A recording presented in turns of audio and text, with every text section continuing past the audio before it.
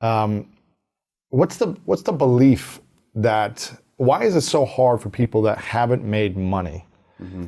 Let's talk about like the daunting number for a lot of people, which is 7 figures, okay. which is, it was hard for me to get over the hump mentally and psychologically of like, how do I go from $5,000 a month to $10,000, then $10,000 to $20,000. And then how do you get a business, I'm talking about business owners, how do you get it to 6 figures and then to the 7-figure mark as a business owner? Do we overcomplicate money in our minds if we've been taught stories as kids or been taught beliefs about it? And how do we get over the overcomplication of making 7 figures as entrepreneurs?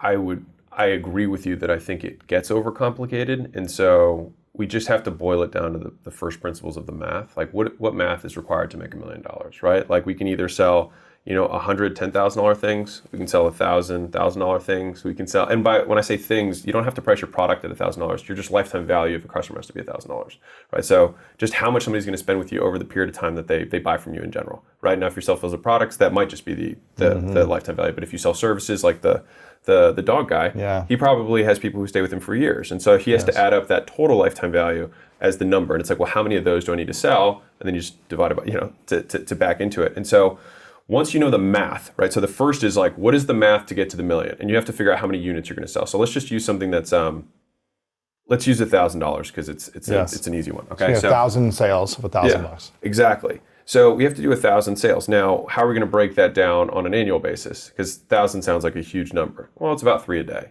right? Like, okay, well, 3 a day is all of a sudden a lot more manageable. And we're like, okay, well, what creates a sale?